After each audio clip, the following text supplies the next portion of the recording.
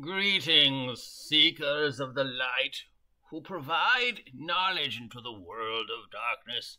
It is I, your guide to all the tabletop role-playing game news, whether in general internet, poppycock, Professor OG-GM. It is the 27th day of the month of May in the year of our Lord Maki Ito 2023. It is about 8:30 in the a.m. here on a small island off the coast of Costa Rica, affectionately referred to as Site B. And today, dear listeners, I want to discuss with you the confusion regarding the latest creation from our friends at Critical Role, the short-term tabletop role-playing game live stream / product from Darrington Press, affectionately referred to as Candela Obscura. And I am using this voice because it is vaguely Victorian. Okay, enough of that. What's up, nerds? It's your boy, and I think there's some confusion, perhaps intentional or accidental, regarding what in the fact Candela Obscura is and is not. Now, is this confusion an intentional bit of smoke and mirrors on the part of Critical Role? Or is it just simply that they didn't explain it well enough? Or is it just simply people made some conclusions of their own without, actually bothering to do research or read the webpage or the introduction or listen to what Mercer had to say about it or listen to any of the videos I've made about it? So the first playthrough of the Candela campaign setting, Candela Obscura play setting, was done on the Twitch. It's supposedly also on the Critical Role YouTube.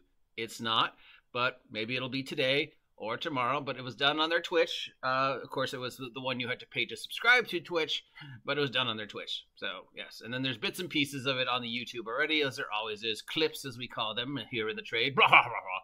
And then there was, of course, before that, there was a how-to-play Candela Obscura. So if there was any confusion of what Candela Obscura was, maybe you should have watched the how-to-play beforehand, or downloaded the Kickstart, or read the webpage, or whatever. It's not your fault. I can understand how a lot of people assumed that this was them doing just another D&D, and Candela Obscura was some D20 D&D type game, and that it is its own and unique thing.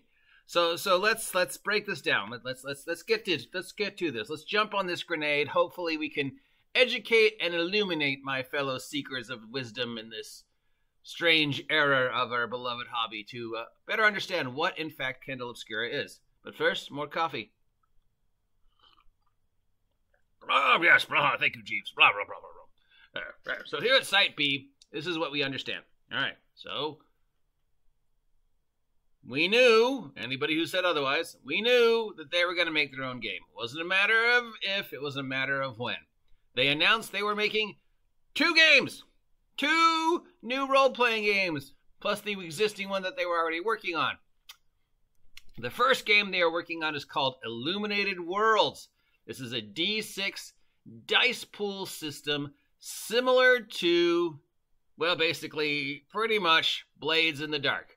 The gentleman who wrote the Illuminated Worlds system is somebody who has worked on Blades in the Dark projects before, so it was not a surprise that when you read the Kickstart rules, it feels very familiar and very similar. We've gone over this before, and, there's only so many different things you can do with a D6 system. So they have taken a already existing D6 system and modified it to fit a different, slightly different style. But basically, it's Forged in the Dark. It's a generic universal system. It's designed for short-term campaign arcs, not necessarily a long-term. So think of Illuminated Worlds as one season of a TV show or even a mini-series. It's built to, not that you can't use it to run long terms, because Lord knows we played plenty of long-term GURPS games, and I'm sure there's plenty of long-term Blades in the Dark and powered by the Apocalypse games, but it's technically designed to run short games. And the idea of what these guys do is technically designed to have games that they can play in between the breaks of the longer term Campaign 3, Campaign 4 of Critical Role. So what is the target audience for this D6 system? Fans of D6 systems, fans of generic open systems, fans of who maybe like shorter, episodic type style of play. And so that is what Illuminated Worlds is. That is what the core system is. Illuminated Worlds. Candela Obscura is one of the settings for Illuminated Worlds. Candela Obscura uses the D6 dice pool system from Illuminated Worlds. It is designed to emulate a specific setting and time. This is similar to source books for GURPS. GURPS is a generic universal role-playing game meant to allow you to play pretty much anything. But there are multiple of source books, and pound for pound, the GURPS source books are one of the best resources on the tabletop role-playing game market. Even if you're not playing GURPS, if you're using one of the genres, you might want to look at the source books. So they're creating several genre source books. Now, the first one they chose to make is Candela Obscura. Once again, Candela Obscura is based upon Illuminated Worlds, which is a D6 dice pool system. Why did they choose Candela Obscura? It is Lovecraftian, Victorian England, set in a slightly alternate world. The popularity of Victorian steampunk type stuff is still there. We love Jules Verne, we love H.G. Wells, we love Bram Stoker, we love Sherlock Holmes. Enola Holmes was going into his third season. We just had the end of the second season of Carnival Row. There's plenty of other TV shows that do this. Plus, Critical Role has already done horror, and they've done Victorian horror, and they've done Call of Cthulhu. A lot of their shorter one-shots, if you look through their channel, if they're not D&D stuff, are often Victorian horror or Victorian supernatural. Mainly because maybe they just like dressing up like this, Victorian is classy and dapper, cool.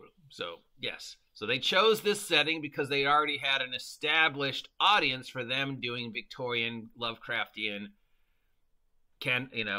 carnival role, steampunk type horror. So this is a short-term horror campaign called Candela Obscura based upon the Illuminated Worlds core system, which means we might see them do other short-term games with different names using the Illuminated Worlds D6 system. They could do space, they could do fantasy, they could do science fiction, they could do modern day, they could do superheroes, they could do the fourth,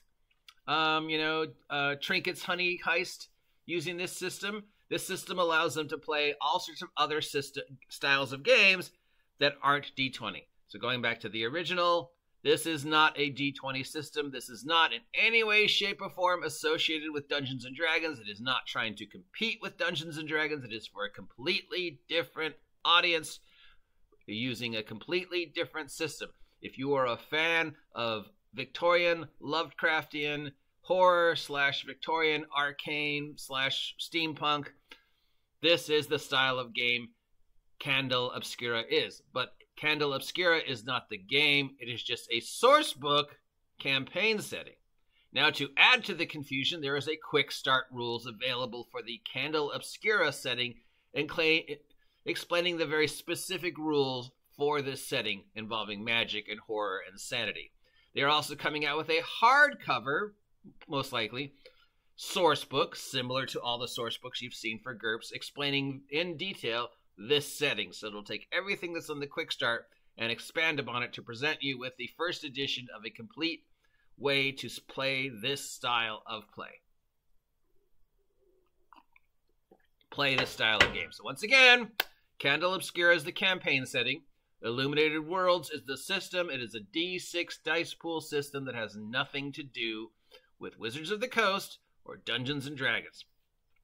It is probably the game that they will use to play on the live streams when they are not playing the main game, which is still, Campaign 3 D20.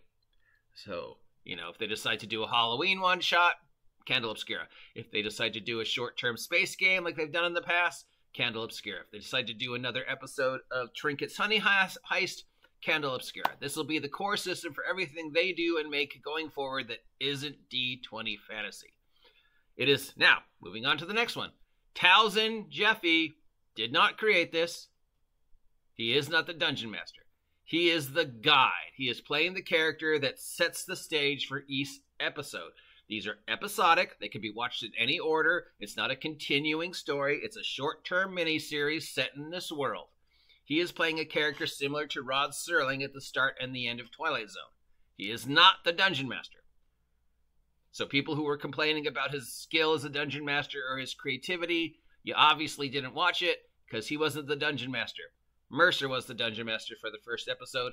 Towson is playing the guide, the Rod Serling character. He comes at the beginning, explains the world and the story, and at the end he offers the denouement, the explanation.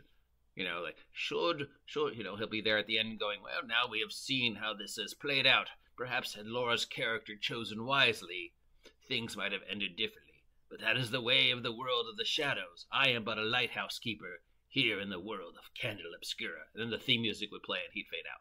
So that's what his character is. Mercer ran the first one.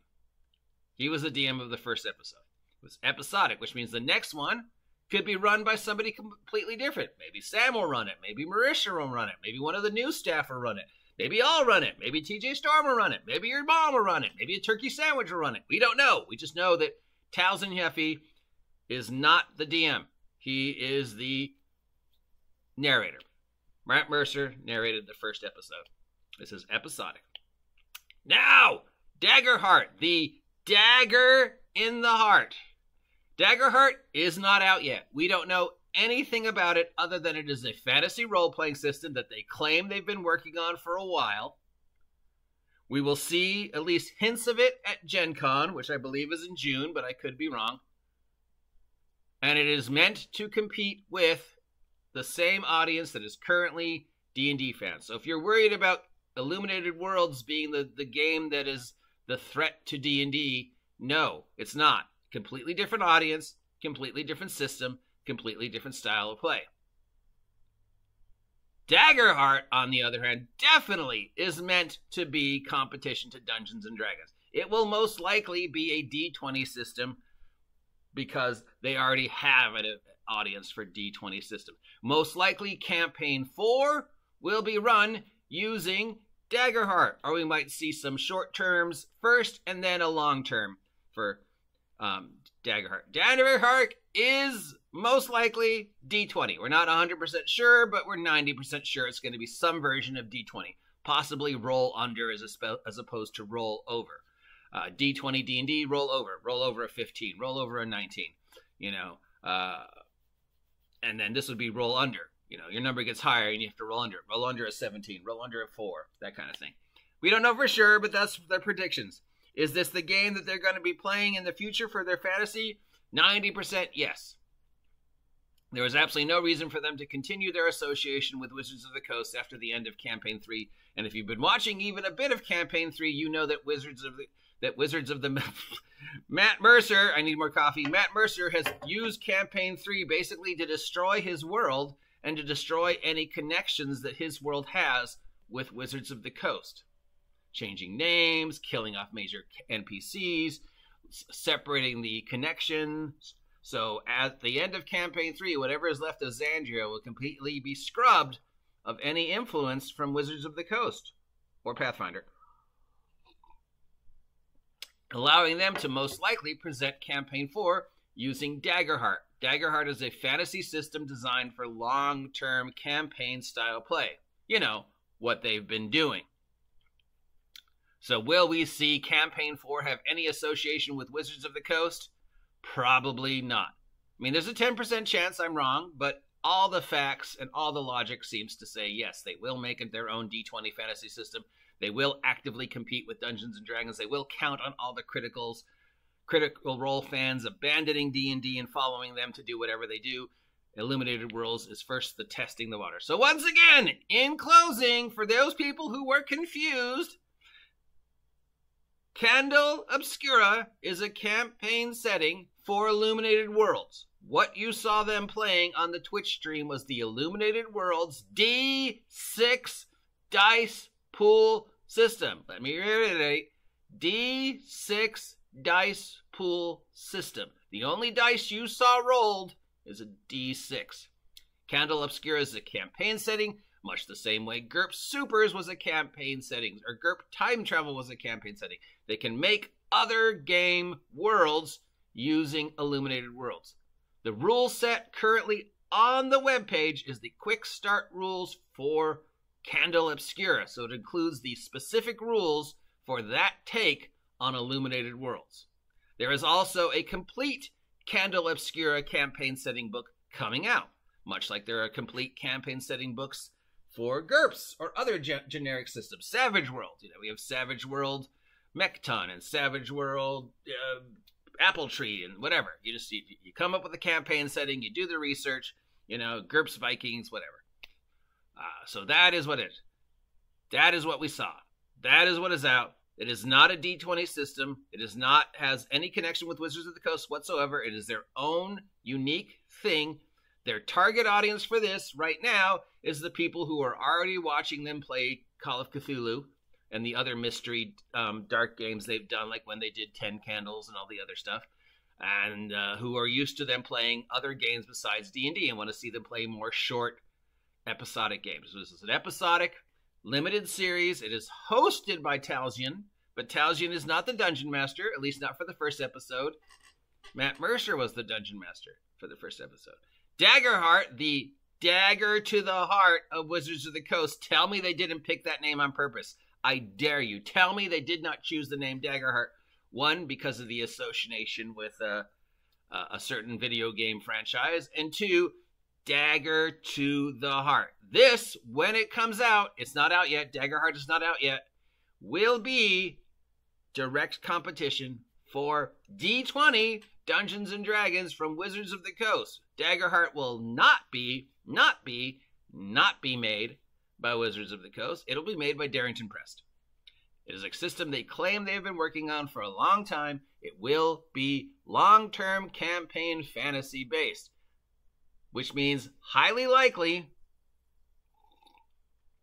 campaign 4 of Critical Role will be set in using the Daggerheart system. Highly likely a D20 system, because that's what their fans are used to. Hopefully I have educated and illuminated you, and you now understand the difference between Illuminated Lands, Candela Obscura, and Daggerheart. If you are still confused, there are links down below in the explanation of this motion picture that directs you to the webpage where it is explained fully what Candela Obscura and Illuminated Worlds is. If you still don't understand after that, well, that's on you. I can't help you with that. Tune in next time when we spend way too much time explaining water or turkey sandwiches. Remember, when in doubt, turkey sandwich and Batman. Or Batman eating a turkey sandwich. I have been Professor OGGM. This has been Masterpiece Theater, brought to you by me, the OGGM, drinking coffee. Now buy my merch!